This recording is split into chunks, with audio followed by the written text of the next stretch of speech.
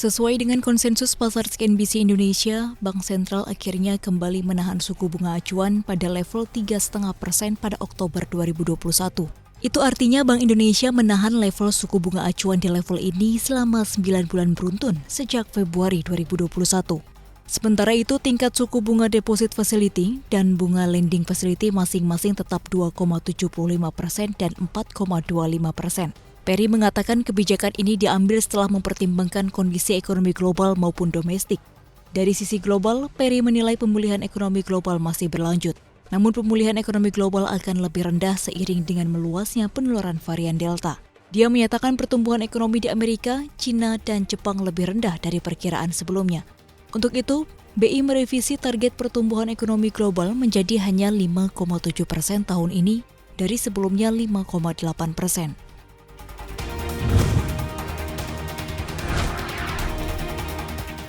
Selain menahan suku bunga acuan, Bank Indonesia juga melanjutkan kebijakan pelonggaran ketentuan uang muka kredit pembiayaan kendaraan bermotor dan properti sampai tahun depan. Gubernur Bank Indonesia, Perry Warjio menyebut, pelonggaran uang muka kredit pembiayaan kendaraan bermotor menjadi paling sedikit 0% untuk semua jenis kendaraan bermotor baru.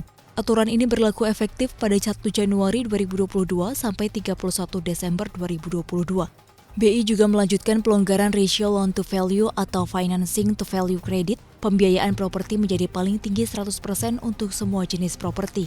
Kebijakan itu berlaku bagi semua jenis properti seperti rumah tapak, rusun dan ruko, dan juga berlaku bagi bank yang memenuhi kriteria NPL, NPF tertentu. Bank Sentral juga menghapus ketentuan pencairan bertahap properti inden.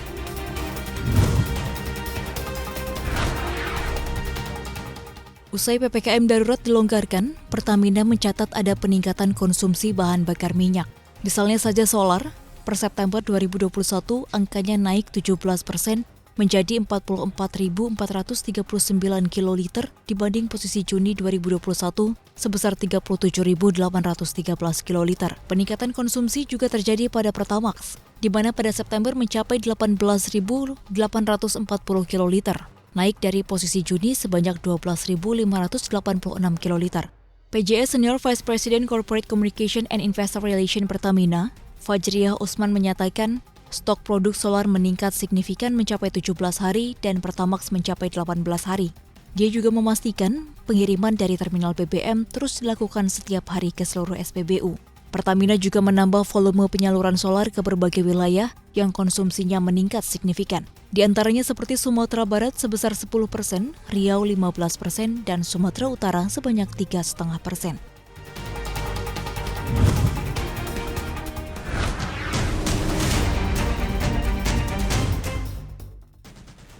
Harga tanah di kawasan Walini, Cikalong Wetan, Bandung Barat terjun bebas. Usai kereta cepat Indonesia-Cina, KCIC membatalkan pembangunan stasiun Walini.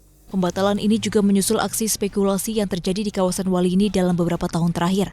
Bahkan harga tanah di kawasan itu telah melambung lebih dari 1.000%.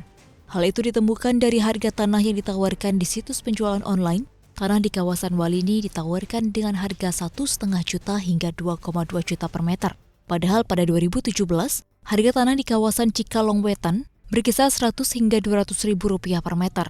Direktur Utama KCIC Dwiyana Slamet Riyadi tak menjelaskan alasan penundaan pembangunan stasiun di kawasan Walini. Namun pihaknya akan membangun 4 stasiun utama dalam lintasan sepanjang 142 km. Di antaranya yakni Stasiun Halim yang bentuknya elevated station, Stasiun Karawang, Stasiun Padalarang, dan Stasiun Tegaluar yang masing-masing berbentuk ground station.